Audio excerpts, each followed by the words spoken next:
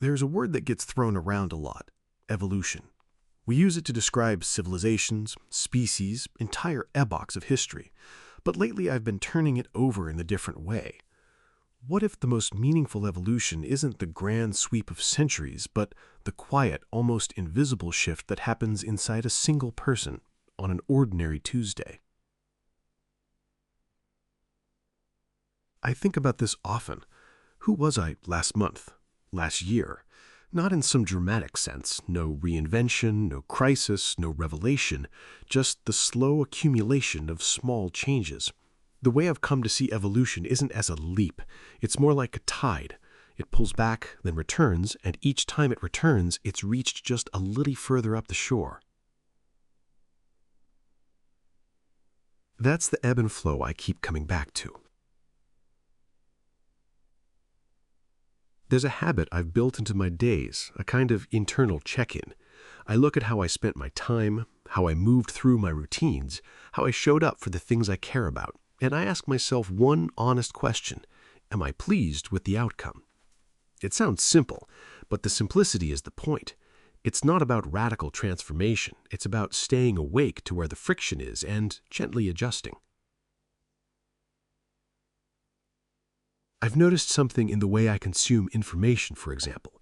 I can spend hours researching a topic, reading, watching, absorbing, and walk away feeling productive. But sometimes I'd get to the end of the week and ask myself, what did I actually apply? What changed because of what I learned? That question started to bother me. Because there's a difference between collecting ideas and actually living differently because of them.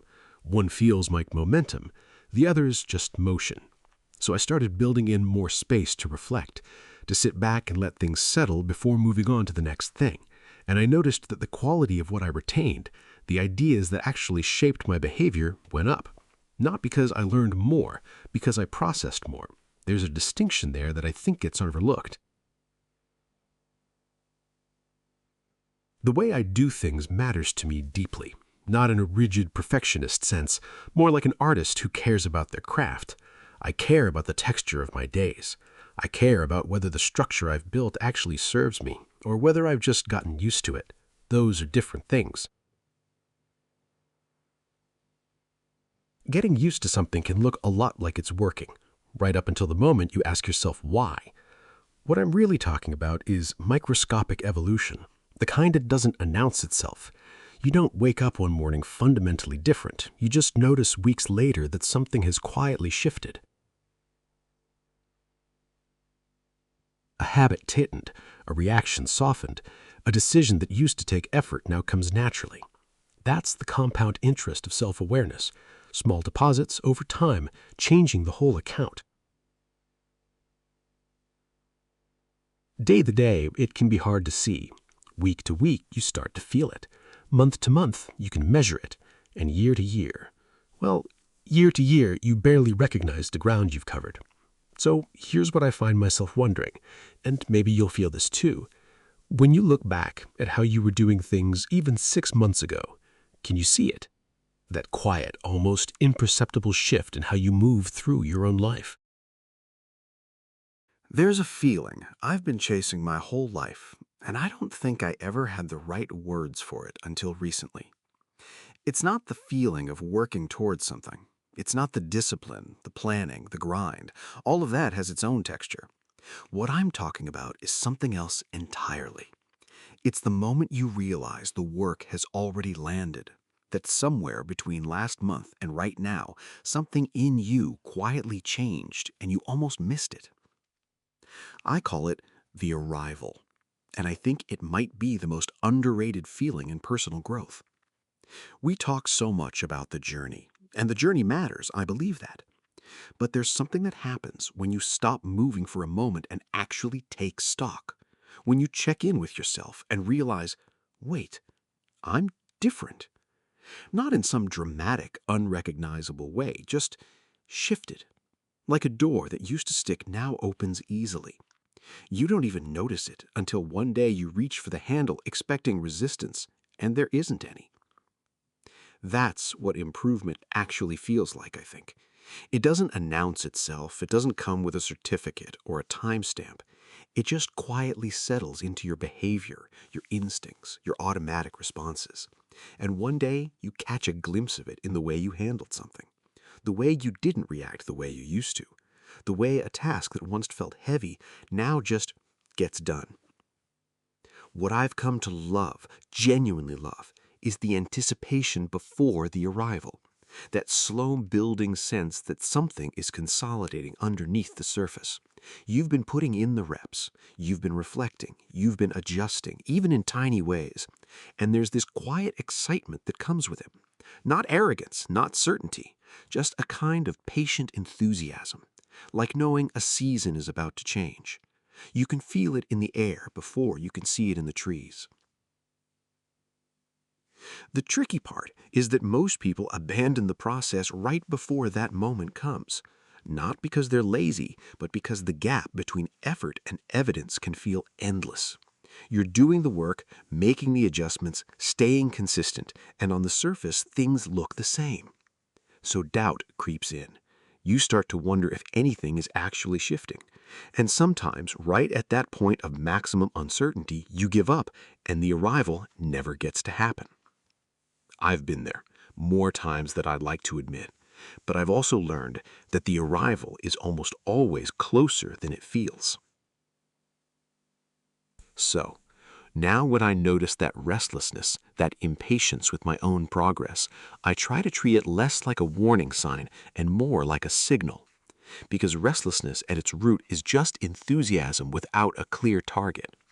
It means something in you wants to move. And that energy, if you can stay with it instead of running from it, becomes fuel. The arrival isn't the end of anything.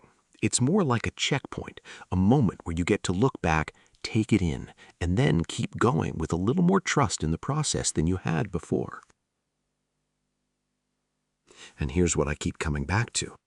If you knew, really knew, that the version of you 6 months from now would look back at today and feel grateful for staying the course, would that change anything about how you're moving right now? There are moments when motivation just disappears. Not dramatically. It doesn't storm out. It just quietly isn't there anymore. And in those moments, I've found something that works for me better than any productivity hack or pep talk. I close my eyes, I go still, and I start to call up visions. Visions of a future self, visions of where I want to be, what I want to feel, what my life might look like if everything I'm working toward actually lands. They're not rigid blueprints. They're more like dreams with an edge of intention. Warm, slightly out of focus, the way a beautiful memory feels. And every time I summon one, there's this spark. Something in me wakes up and says, yes, that, keep going. What I find genuinely exciting about this is that the vision doesn't have to be singular. It doesn't have to be fixed. I'm not bound to one image, one destination, one version of the future. The vision can be multiple things, many forms, many textures, arriving in many different senses. A feeling of freedom, a creative life fully expressed, a version of myself who moves through the world with more ease and purpose. These aren't competing visions, they're facets of the same light. It's like calling upon a magic spell, and I mean that sincerely. There's something almost incantatory about it. The act of deliberately summoning an image of what could be and letting that image stir something real in the present moment. It's not escapism, it's more like navigation. The interesting thing is what happens to the vision over time. It doesn't stay static. The more I return to a particular vision, the more I find myself shaping it, refining it, adding detail, correcting the parts that don't quite feel right. It's like a painter who begins with a fuzzy, unclear picture, and with each brushstroke, the image becomes clearer, more specific, more alive. The vision earns its own resolution. And that process of crafting it, returning to it, reimagining it, that itself becomes a source of energy. You're not just waiting for inspiration to arrive, you're building something interior, a living, breathing image of possibility that you carry with you. There's a part of me that stays grounded through all of this, a realistic part that knows the vision may not materialize exactly as I've imagined it. Life has a habit of taking things in directions you didn't sketch out. But here's what I keep coming back to. Even if the vision never fully arrives in the form I first imagined, I'm having the time of my life in the present moment trying to make it real. The vision doesn't have to be a destination to be useful. It can simply be a direction, a magnetic pole that keeps you oriented. Because the alternative, moving through your days without any image of where you want to go, that's the thing that actually drains you. The vision is what keeps the present moment charged with meaning. It connects what you're doing right now to something larger than today. And that's not a small thing. That's everything. So I'm curious, when you close your eyes and let yourself imagine forward, what do you see? And is that image as vivid, as detailed, as fully realized as it deserves to be? There's something I keep returning to that I don't think gets enough attention. Not talent, not discipline, not even time. It's something quieter and, in a way, more radical than any of those things. The capacity to imagine, and the fact that it has no ceiling. Think about what that actually means for a moment. Every resource you can name has some kind of constraint on it. Money runs out, energy depletes, hours end. Even the most gifted people hit walls in their craft, their bodies, the circumstances. But the imagination? It doesn't work that way. You can return to it 1,000 times in a single day, and it won't be diminished. You can stretch it further than you've ever stretched it before, and it doesn't tear. It expands to meet you. That's not a small thing. That's an extraordinary thing. I think most people have a vague sense of this but don't fully inhabit it. They treat their imagination like a limited reserve, something to be rationed, or something that belongs to a certain category of person. Creative people, artistic people, dreamers. As if imagining freely were a personality type rather than a human capacity. But it's not a trait you either have or you don't. It's more like a muscle that responds to use. The more you call on it, the more it shows up for you. What I find freeing about this is that it reframes the whole question of possibility. When I sit with the idea that my ability to envision is genuinely limitless, that I can hold multiple visions, keep refining them, keep reaching further, it changes the weight of my present circumstances. Whatever's true right now, in this moment about my resources or my position or my progress, none of that caps what I'm able to imagine. The external world has limits. The interior one doesn't have to. And there's something almost quietly rebellious about that, to sit in an ordinary moment and let your mind go somewhere extraordinary, to refuse to let your current reality be the ceiling on your inner life. I've noticed that when I really lean into this, when I let myself imagine without immediately editing, without immediately asking, is this realistic or is this possible? Something loosens. Ideas start connecting that wouldn't have found each other otherwise. And the vision gets stranger, richer, more surprising. And often it's the unexpected detail in the vision, the part I didn't plan that ends up being the most useful, the part that actually points somewhere real. That's the paradox of limitless thinking. It feels like indulgence. It can look from the outside like daydreaming, but it's actually one of the most productive things a person can do because it's where possibility gets scouted before it gets built. Every structure that exists in the world began as an image in someone's mind that had no guaranteed future. Someone let themselves see it fully before there was any evidence it could be real. You carry that same capacity right now, in whatever circumstances you're in. The question is whether you're giving it room to move. So what would you let yourself imagine fully, freely, without the editing, if you genuinely believed there was no limit on what your mind could hold?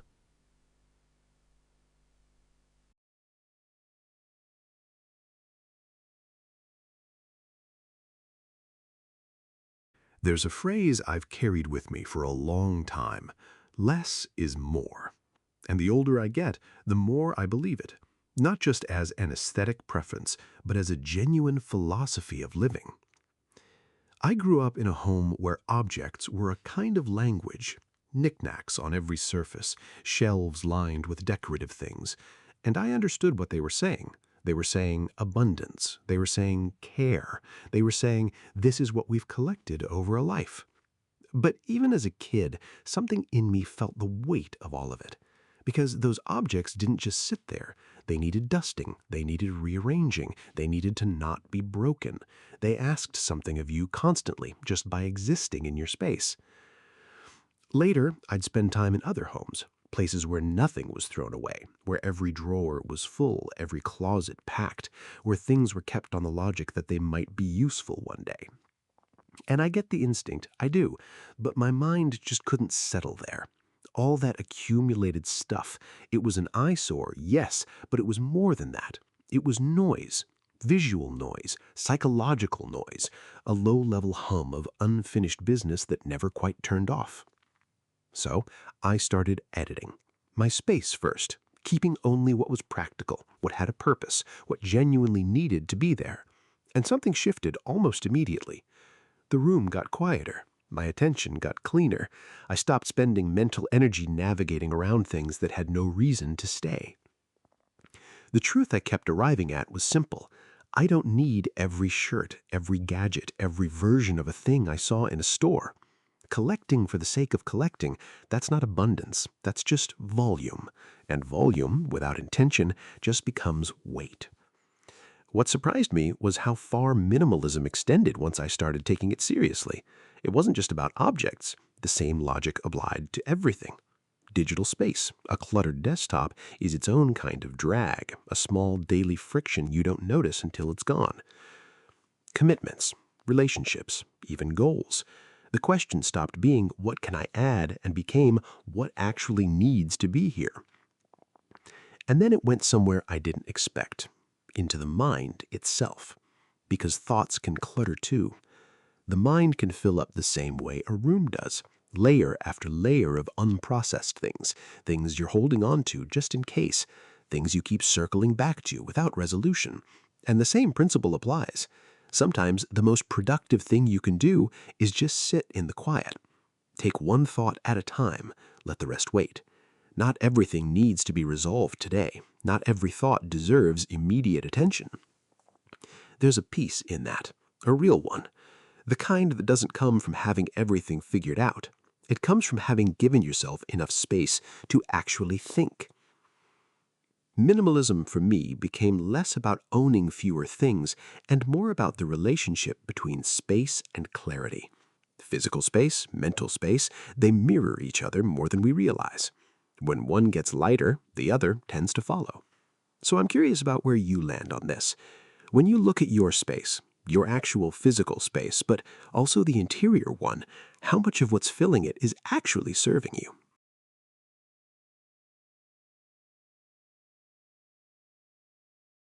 There's a version of creativity that gets almost all the attention. The adding version, the generating, building, accumulating, filling the page version. We celebrate output. We celebrate volume. We celebrate the person who made more. But there's another creative act that I think is just as powerful, maybe more powerful, and it almost never gets talked about. The edit, the removal, the decision to take something away. I started noticing this first in my physical space. The moment I began subtracting, clearing a surface, donating a box, canceling something I'd been holding on to out of obligation, the room didn't just look different. It felt different. There was a kind of exhale to it, like the space itself had been holding its breath and was finally allowed to let go. And what I found was that the act of removing something required more clarity than the act of keeping it. To let something go, you have to actually decide. You have to answer the question, does this belong in my life? That's a harder question than it sounds, because keeping things is passive. Editing is active. It takes a kind of courage that accumulation never asks of you. The same dynamic shows up everywhere once you start seeing it. In writing, the best sentences are often the ones that survived the most cutting. The unnecessary word removed, the redundant idea stripped out, what's left is cleaner, truer, more itself. Sculptors talk about this too. The figure was always inside the marble. The work was in removing everything that wasn't it. I think about that image a lot. The idea that clarity already exists, it's just buried under everything that doesn't belong. The edit applies to time the same way it applies to space. A schedule packed with commitments isn't productive. It's just full, and full is different from intentional. When I started applying the same subtractive logic to how I spent my hours, asking not what can I fit in, but what actually deserves to be there, the quality of everything I kept went up, because things with room to breathe perform differently than things that are crowded. There's a psychological dimension to this too. The mind tends to mirror its environment. A life cluttered with obligations you never really chose, relationships maintained out of habit, goals you inherited rather than selected, all of that creates a kind of interior noise that makes it hard to hear yourself think. The edit isn't just organizational, it's clarifying. It's how you find out what you actually value versus what you've simply accumulated. And here's the thing about subtraction that I find genuinely exciting. It's always available. You don't need new resources, new ideas, new anything. You just need the willingness to look at what's already there and ask what actually needs to stay. The blank space left behind isn't emptiness, it's room. Room for the things that remain to become more fully what they are. Room for something better to arrive. Room, maybe most importantly, for you to move through your own life without constantly navigating around things that were never supposed to be permanent.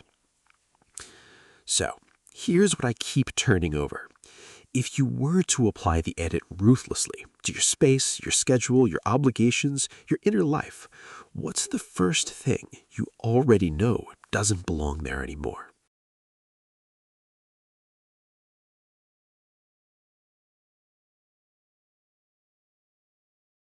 I want to talk about the other side, because I think anyone who's honest about minimalism has to admit there's a counterforce, a pull in the opposite direction that's just as real, just as necessary, and when you use it right, just as intentional. Maximalism.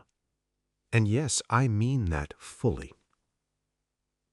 There are moments when I want to live high-key, when I want the most delicious dish on the menu, not the sensible option, not the safe choice, the one that makes me close my eyes on the first bite, when I want to spend a week in Paris just because, when I want to buy myself something beautiful and feel absolutely no guilt about it.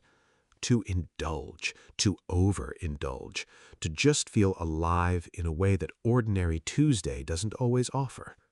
And there's nothing wrong with that.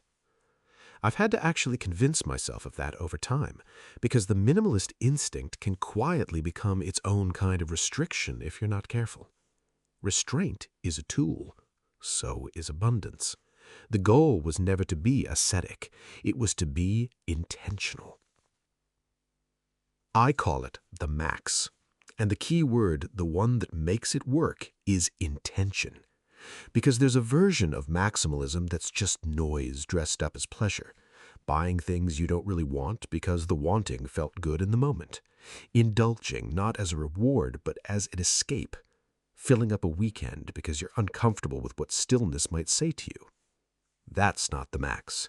That's just spending your resources without direction. The max I'm talking about is something else entirely.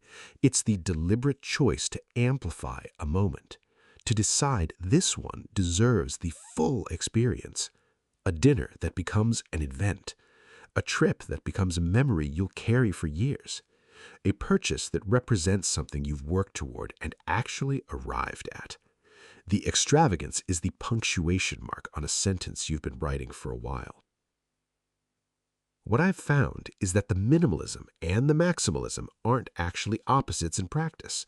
They're partners. The restraint makes the indulgence meaningful. The quiet makes the celebration loud. If everything is turned up, nothing is. But if you've been living with intention, with edited space and edited time, then the moment you choose to maximize, it lands differently. It lands with weight. You actually taste it. That's the thing about contrast. It's not just an aesthetic principle, it's how experience actually works. The best meal I ever had was after a long day of very little. The most alive I've ever felt was after a long stretch of stillness. The max gives meaning to the min, and the min gives meaning to the max. So, I use it wisely. I ask myself, is this a moment that deserves to be amplified? Is this reward earned? Is this experience something I'll genuinely inhabit? Or am I just reaching for it because it's available? When the answer is yes, when the moment is right and the intention is clear, I go all in. No apology, no second guessing. To maximize wonderful moments in between the moments that contrast them. That's the whole philosophy, really, and it's one I'd defend completely. So what about you? When was the last time you let yourself genuinely go all in on a moment? And was it as deliberate as it deserved to be?